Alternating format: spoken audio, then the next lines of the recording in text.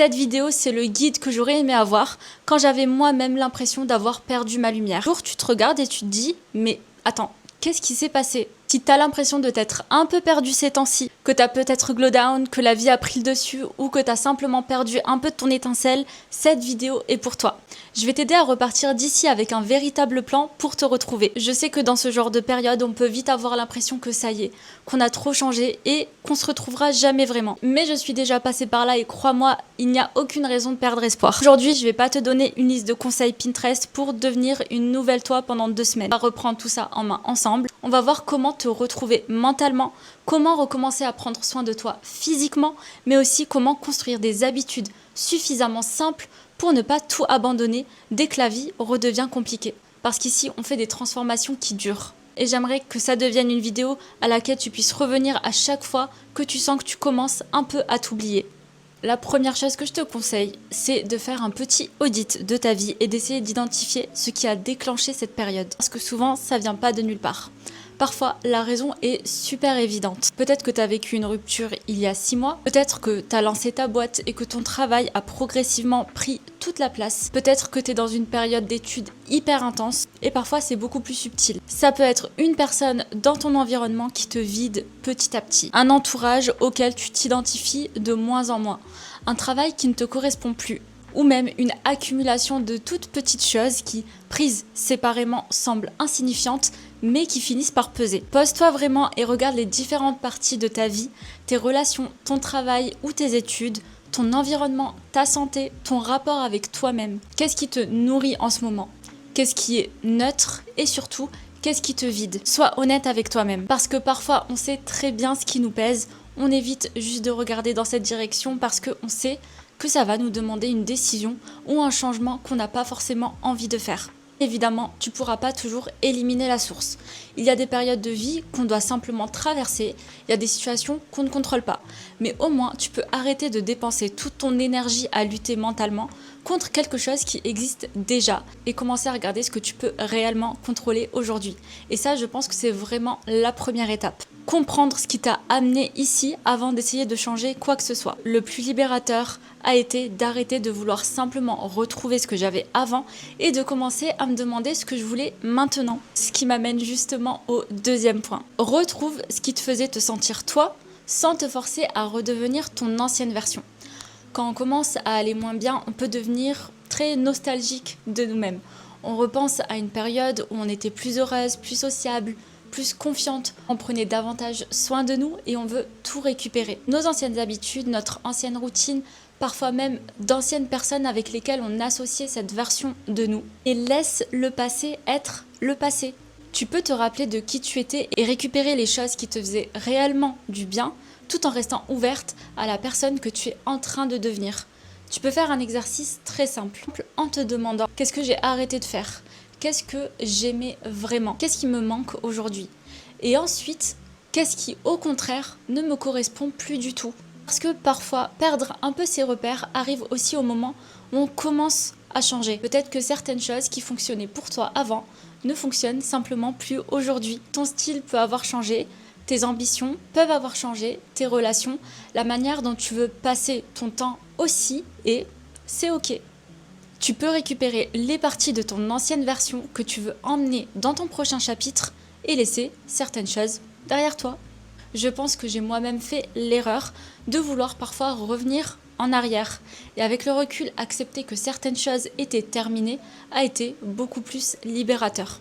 On dit tout le temps qu'on veut évoluer, mais on peut aussi rester très fermement accroché à ce qu'on connaît déjà. Et forcément, pour laisser de nouvelles choses entrer dans ta vie, il faut parfois leur faire un peu de place. Reconnecte-toi à toi-même, oui, mais reste curieuse de celle que tu es aujourd'hui.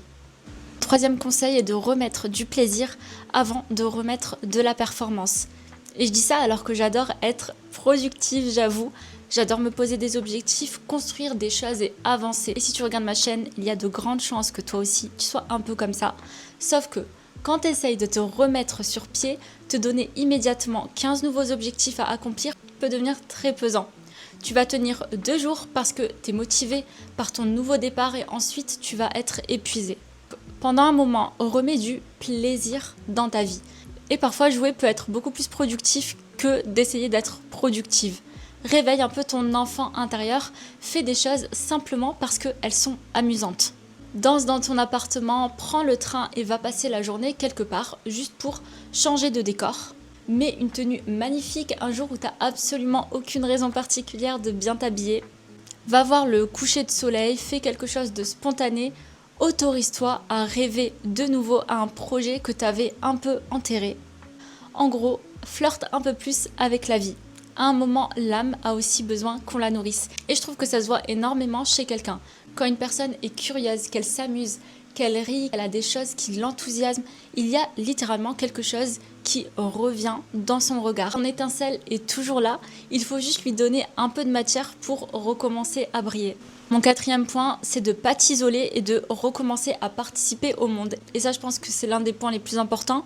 Quand on traverse une période difficile, on peut facilement se dire « besoin de temps pour moi, je suis en train de guérir, je suis dans une phase de transition ». Et parfois, oui, on a réellement besoin de calme. Mais petit à petit, on peut aussi commencer à s'isoler sans vraiment s'en rendre compte. On sort moins, on reste de plus en plus dans notre tête et forcément, notre monde devient de plus en plus petit. Recommence doucement à participer au monde. Parle à de nouvelles personnes, fais du small talk même si c'est pas ton activité préférée. Souris aux gens, accepte une invitation qui te fait envie, appelle ta grand-mère, propose à une amie d'aller dîner, va travailler dans un café plutôt que toute seule chez toi. Pas besoin de devenir la personne la plus extravertie de la planète si c'est pas ton cas, mais ouvre quelques fenêtres parce que au contact des autres, tu peux te rendre compte aussi que t'es pas toute seule. Tu vis un peu moins dans ta tête, tu redeviens présente, tu nourris tes relations, tu rencontres de nouvelles idées, de nouvelles histoires. Et parfois, une conversation complètement banale avec quelqu'un peut te faire beaucoup plus de bien que 3 heures à analyser ta vie toute seule dans ta chambre. L'étincelle ne s'allume pas toujours toute seule, elle s'allume aussi au contact des autres. Maintenant qu'on a posé des bases, qu'on a commencé à récupérer notre identité, à remettre du plaisir et à se réouvrir au monde, il est temps de reprendre soin de soi. Et là, on va vraiment se remettre en priorité. C'est aussi le moment où on va pouvoir parler du glow-up physique, des changements d'apparence et de toutes les choses un peu plus girly et fun. Soyez patiente encore 2 secondes, avant ça, il y a 2 bases dont j'ai envie de parler. La première étape est de vérifier que ton corps va réellement bien. Notre santé, c'est clairement l'une des choses les plus précieuses qu'on a. Et évidemment, je sais que l'accès aux soins peut être un privilège selon les situations, mais si depuis un moment, tu ressens une fatigue persistante, des symptômes inhabituels ou simplement quelque chose qui t'inquiète, ça vaut le coup d'en parler à un professionnel de santé. Je dis ça parce qu'on peut être très dur envers nous-mêmes. On se dit, je suis devenue paresseuse, pourquoi j'arrive pas à faire autant qu'avant, il faut juste que je me discipline plus, alors que parfois, ton corps essaye aussi de te donner une information.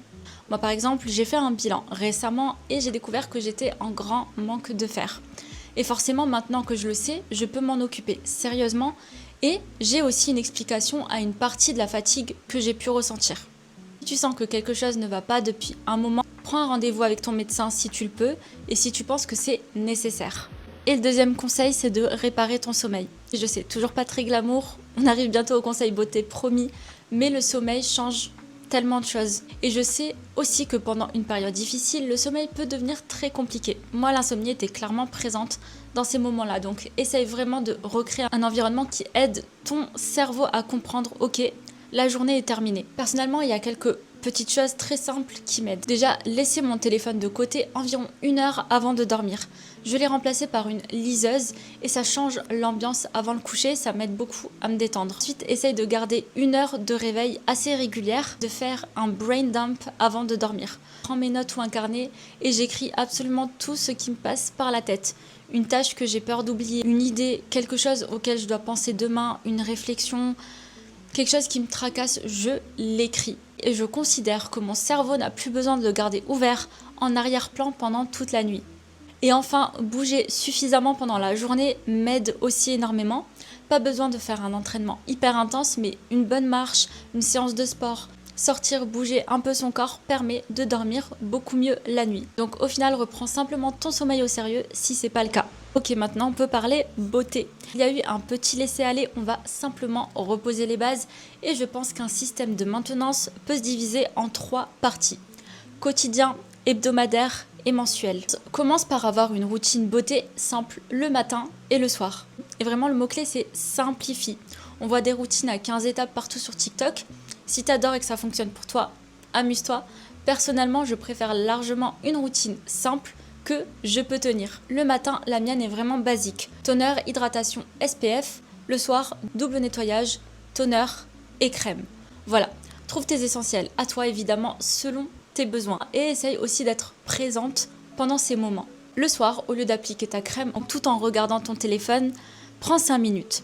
Tu te nettoies le visage tranquillement, tu mets tes produits, tu commences à ralentir. Ça peut devenir un petit signal de fin de journée et justement ça t'aidera à mieux dormir le soir. Ensuite, il y a la maintenance hebdomadaire. Et là, tu peux mettre les choses qui demandent un peu plus de temps. T'as everything shower, tes cheveux, ton corps, peut-être tes ongles, ce qui correspond à ta routine à toi. Et encore une fois, essaye de pas tout faire dans le rush. Par exemple, j'adore mettre des sons de spa quand je prends ma douche. Oui, je suis cette personne. Je mets mon petit son de méditation, je prends ma douche tranquillement et je transforme complètement un truc banal en un moment pour moi. Et là, on arrive à mon préféré. Une fois par mois, pose-toi un glow day non négociable. Une journée ou même une demi-journée consacrée à toi. Ton glow day va changer en fonction de tes besoins ce mois-ci. Peut-être que ce mois-ci, tu as besoin d'aller chez le coiffeur, couper tes pointes. Peut-être que tu veux faire tes ongles, faire tes cils, faire un soin du visage en institut, tu choisis. Mets ton album préféré, crée-toi une playlist spéciale Glow Day, écoute un podcast que tu adores. Tu peux vraiment en faire un solo date juste pour toi. Et surtout, vois ces petites choses comme une façon de faciliter la vie de la toi des prochaines semaines. Tu prends quelques heures aujourd'hui pour te sentir entretenu et bien pendant longtemps. Au bout d'un moment, tout ça devient automatique. La routine quotidienne te maintient, ta maintenance hebdomadaire prend soin des extras et ton glow day te permet de faire régulièrement une petite remise à niveau et de te focaliser sur toi. Ensuite, je te conseille de changer une petite chose, plus pour le symbole qu'autre chose. Ce conseil, c'est pas pour te dire de faire un énorme tatouage demain ou de te décolorer en blonde si t'es brune, mais plutôt une manicure un peu différente. Un nouveau bijou que tu vas porter tous les jours. Une nouvelle façon de te maquiller. Un petit détail. Quelque chose qui matérialise ce nouveau chapitre et que toi, tu peux voir. Je trouve que c'est assez puissant d'avoir un petit rappel visuel qui te dit « Ok, quelque chose a changé, j'avance ». Et dans la continuité, recommence à investir du temps, de l'attention et si tu le souhaites, de l'argent dans ton style. Quand on traverse une période où on s'est un peu oublié, l'apparence peut facilement passer au second plan. On remet toujours les mêmes tenues, on prend moins de temps à se préparer, on achète parfois des choses un peu au hasard parce qu'on espère que ça va nous redonner envie de nous habiller. Parfois, on a simplement évolué, notre dressing n'a pas évolué avec nous. Ça peut être un très beau moment pour redécouvrir ce que tu possèdes, faire évoluer ta coiffure, construire de nouvelles tenues et apprendre à mieux habiller la personne que tu es aujourd'hui.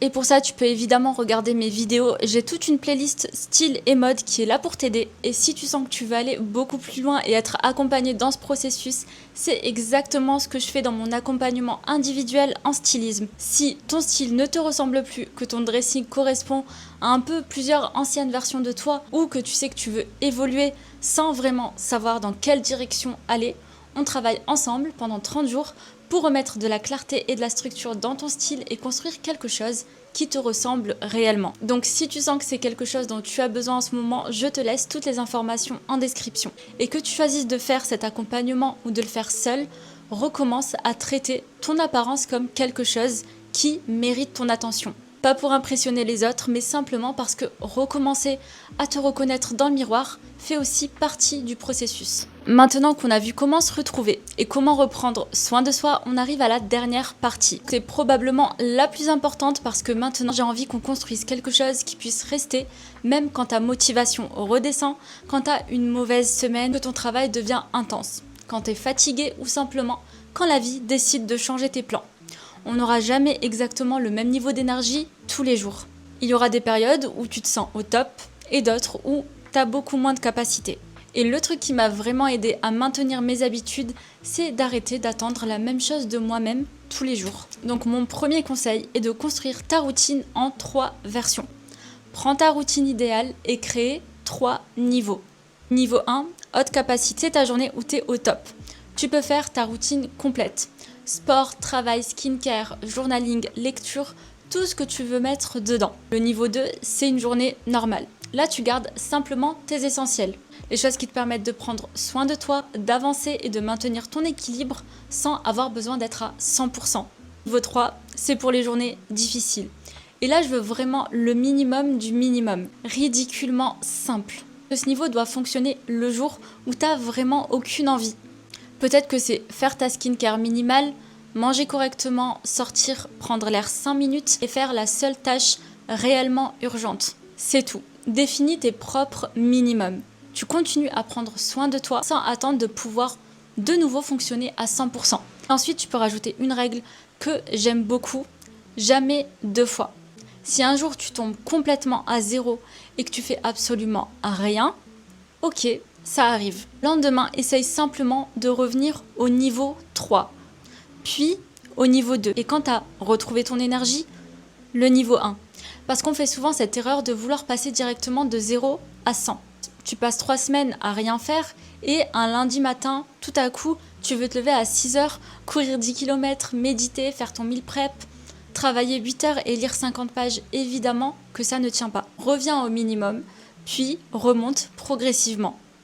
Et surtout, ça t'évite de rentrer dans la culpabilité. T'as raté une journée, très bien. La journée est terminée. T'as pas besoin de transformer une mauvaise journée en une mauvaise semaine simplement parce que tu culpabilises de ce qui s'est passé hier. Mon deuxième conseil est de préparer ta vie pour les jours difficiles. Dans la même idée, facilite la vie de la version de toi qui aura moins d'énergie. Et ça veut dire préparer certaines choses quand tu vas bien. Tes tenues par exemple. Prends des photos des looks qui fonctionnent. Crée 2 ou 3 formules de tenues sur lesquelles tu peux toujours compter. Comme ça, le matin, quand t'as aucune inspiration, pas besoin de vider ton dressing sur ton lit pour finir en jogging parce que t'as abandonné. Même chose pour les repas. Et quelques repas très simples que tu sais faire et que tu peux garder plusieurs jours. Pareil pour ton environnement, garde-le fonctionnel. 5 minutes de rangement avant de terminer ta journée peuvent déjà complètement changer ton lendemain. Et tu peux même garder une petite liste d'activités dont tu sais qu'elles te font du bien.